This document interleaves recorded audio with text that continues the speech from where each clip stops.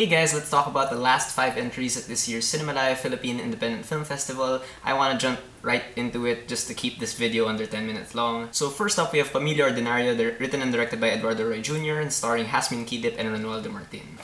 And the synopsis reads, Jane and Aries are teenage parents. They make a living out of stealing on the streets until fate hits back at them. Now, Pamilya Ordinaryo was kind of a mixed bag for me. There were problems I had with the movie, but I thought that the positives outweighed the negatives. And the best thing about this movie is definitely the acting from Hasmin Kidip and Ronaldo Martin. They're totally believable in their roles and they do not hold back whatsoever. I really like how they made the relationship feel like really believable, and you've still got the feeling that they cared about each other even if the relationship is far from ideal. And from a technical standpoint, this movie is also very good. You know, for a movie that's set entirely in the streets, it's always easy to follow what's happening and the sound is consistently clean. But I guess what's so impressive about this movie that, dare I say, some Brillante Mendoza movies can't pull off is the fact that, you know, it does explore a lot of different themes relating to poverty and really shows like the lengths to which people in poverty are pushed, but you understand why these things are happening, and really weaves these themes into its narrative very, very well.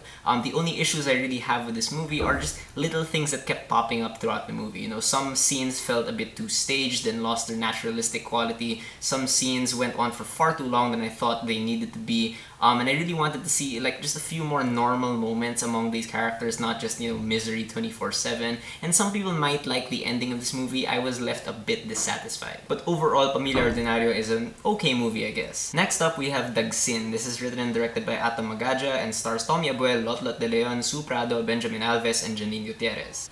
And the synopsis reads, Dagsin is a beautiful and touching love story about courageous people who are willing to sacrifice everything to protect their loved ones against the tragedies of human existence. I don't know what that synopsis is talking about because I didn't really find this movie touching in any way. I thought this movie was unbearably dull and boring. The scenes in this movie just drag on and on and on, and they're not even that fun to watch because the direction is just so flat. You know, the way conversations are staged, like they wait for one person to finish saying all their lines and then the next person can say their lines, and then it just keeps on going and it's just so uninteresting and it goes at a snail's pace. This movie just ends up not being very realistic at all, which is a shame because the plot is very promising at the beginning. But the way this story is split into two, you've got, you know, present day stuff and then like flashbacks happening in World War II. And all the present day stuff is just ridiculously uninteresting and really pretentious as well. I mean, this movie starts out like with shots of philosophy books, and you know, they don't earn all this philosophy that they keep quoting. And then all the World War II stuff, like it's never as urgent or dramatic as it tries to be. It just ends up being very soap opera-esque. The dialogue is cheesy as all hell as well. The visuals in the movie are fine, but for me they're a bit too glossy. Like they somehow add to the pretentious nature of this entire movie. I will say though that there are good performances here from Tommy Abuel and Benjamin Alves and Alex Diaz. They're all good, but it's always cringy whenever any of these actors in this cast have to speak anything that's not Tagalog. Like it feels so wrong. So yeah, I really kind of hated Dagsin, but another movie I kind of hated as well is Lando at Bugoy. This is written and directed by Vic Asedillo Jr. and stars Alan Dizon and Gold Azeron. And the synopsis for this reads, a 40-year-old high school dropout gives in to the challenge of returning to school to the surprise of his delinquent teenage son. Amidst the struggle between them, an unexpected event changes everything. Again, I'm not sure what this synopsis is talking about because I don't remember any unexpected event happening. Again, the premise to this movie starts out promising until nothing happens, and then nothing keeps happening, and then the movie ends. Like, there's almost no character development or plot development in this story, and the way the story flows is like it goes from point A to point B, and then it jumps all the way to point Z, and then the movie ends. There aren't any real conflicts resolved. You don't feel like any of these character relationships really reach an ending. And at the end of the movie, they reveal that this was based on a true story, which for me is kind of a bad move because it comes off like some sort of cheap tactic to gain sympathy. And it's also kind of a disservice. This whole movie is kind of a disservice to the real life guy because it's just not good. Like I said, there's no flow to the story, the sound and the visuals are hit or miss, and the direction again is just unnatural and unconvincing and really flat. Alan Dizon and Gold Azeron don't really have that much to work with. As for positives, like, there are some touching moments throughout the movie, but they're very few and far between. It really shows me that this movie would have been better off if it actually just followed a formula. Anyway, moving on to better fare, we have Kusina. This is directed by David Corpus and Senan Palomares, written by Senan Palomares, and stars Judy Ann Santos. And the synopsis reads, Kusina is about the life and love of Juanita from birth till death, wherein the kitchen is the silent witness. Through cooking, she gets to know the people around her and in return reveals herself to them. Now again, I thought this movie did have more positives than negatives, although I will start with the negatives this time, because this movie is a little over-ambitious with its production design. You know, it takes place entirely in this one kitchen, and the production design changes to fit the changing times. But then, while this happens, it just constantly seems to tell us that this movie would have been better as a play. That's all I kept thinking about throughout the entire movie. I was thinking this would be better if it was live in front of us. And the first half of this movie is a real struggle, man. This movie is 2 hours long, and the first hour is really slow and really boring and very uninteresting. And as the story progresses, a lot of these characters don't feel consistent. You know, when they get older, the older versions don't really seem like older versions of the younger versions. They seem like completely different characters. And I really just think that the co-directors here could have been a bit more creative with their limited set. It does come off as flat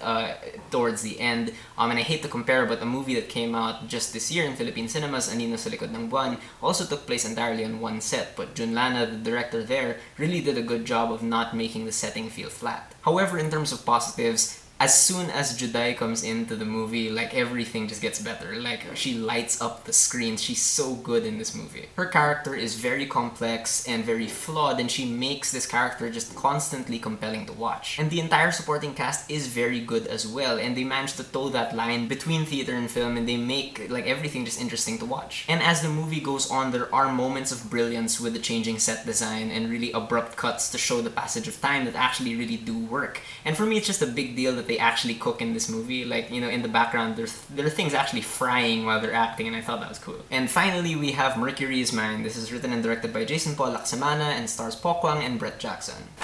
And the synopsis to this reads, a cook is about to close down her failing eatery when a young white American man approaches her and begs for work in exchange of shelter. Okay, now this is a really interesting movie to talk about. Let's talk about the positives first. Number one, Pokwang. She's really, really great in this movie. She hits both the comedy and the drama stuff with just fantastic timing, and like she knows just the amount of weight to put into each moment to give it that dramatic heft. Jason Paul Laksamana is also a really good director in the way he stages scenes. He does it so well. He moves the camera around where other directors might choose to just stay still. Just these little moments really make all the difference. This movie also looks very good. There's great color and lighting with the cinematography, and there's this really unique, like, sort of whimsical musical score throughout the movie that somehow does also work. There's also sharp editing throughout this movie, and it's a legitimately funny movie as well, especially like the first 40 minutes here. Like, they're really, really funny. And the entire movie is very thought-provoking as well. They tackle themes about how Filipinos view light-skinned foreigners, and it really, again, it weaves these themes well into the story. But here's the thing about Mercury's Mind. For like the first 40 minutes, it's really good, and then for the next like 30 minutes, it becomes like just good. And then for the last 20 minutes, it's a total disaster. Like, I hated the last 20 minutes of this movie. The thing is, I kind of understand where Jason Paul Laksamana was trying to go, but I just completely disagree with it. The last 20 minutes makes zero sense narratively. Characters start making decisions that are completely out of line with who they were.